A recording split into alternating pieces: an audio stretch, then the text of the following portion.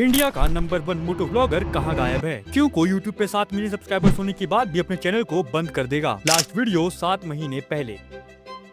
Yes, we are talking about YouTube India's one of the biggest downfall, the UK07 Rider। 2023 UK07 Rider YouTube पे बहुत ही तेजी से grow कर रहे थे, लेकिन इसी साल वो एक ऐसा डिसीजन लेने वाले थे जो उनके डाउनफॉल का मेन रीजन बनने वाला था, और वो डिसीजन था to enter in a show Bigg Boss 70। कुछ ही टाइम पहले इसी बिग बॉस शो ने एल्विस यादव को एक बहुत ही बड़े लेवल की फेम दिलाई थी, और अनुराग भी शायद उसी फेम को रिक्रिएट करना चाहता था। जब एक यूट्यूबर बिग बॉस के अंदर गया एल्विस यादव, तो सोशल मीडिया पे जैसे एकदम से आग लग गई थी। हर दिन उसके इंस्टाग्राम पे हजारों एडिट्स अपलोड होते थे, उस पर मिलियंस ऑफ व्यूज आते थे, और UK07 राइडर के साथ भी यही हुआ। उसके भी सोशल मीडिया पे एडिट्स तो बन रहे थे और व्यूज भी आ रहे थे, लेकिन एक चीज डिफरेंट थी। ये एडिट्स कोई गैंगस्टर और सिग्मा वाले नहीं थे, बल्कि ये थे जोकर वाले एडिट्स। इन एडिट्स में UK07 राइडर को बहुत ही बड़े लेवल पे ट्रोल किया जा रहा था कि जोकर वाला इमोजी तो जैसे अब अनुराग की पर्सनैलिटी का एक पहचान बन गई थी। लेकिन अनुराग के साथ ऐसा हुआ क्यों? इसमें कुछ गलती अनुराग की भी थी। शायद वो बिग बॉस के अंदर अपनी रियल पर्सनैलिटी दिखाने की बजाय किसी की पर्सनैलिटी को कॉपी करने लगे थे। लेकिन कहते हैं ना, कॉपी करना भी एक आर्ट है, और अनुराग शायद इस आर्ट में माहिर नहीं थे, और अनुराग की गैंगस्टर बनने की एक्टिंग उनके ऑडियंस को साफ समझ में आ रही थी। और जब इतने बड़े लेवल का क्रिएटर कुछ ऐसा दिखाने की कोशिश करता है जो रियल में है ही नहीं, तो उसकी ट्रोलिंग होना तो लाजमी है। लेकिन हाँ, बिग बॉस के इस मीम्स और उनके एडिट्स के पीछे सिर्फ उनकी गलती नहीं थी, बल्कि बिग बॉस के शो के अंदर भी उनके साथ बहुत सारी अनफेयर चीजें हुई थी। और इसीलिए कहते हैं बिग बॉस एक ऐसा शो है जो आपको जीरो से हीरो बना सकता है, लेकिन अगर इसका उल्टा हो जाए तो ज्यादा शौक होने की बात नहीं है।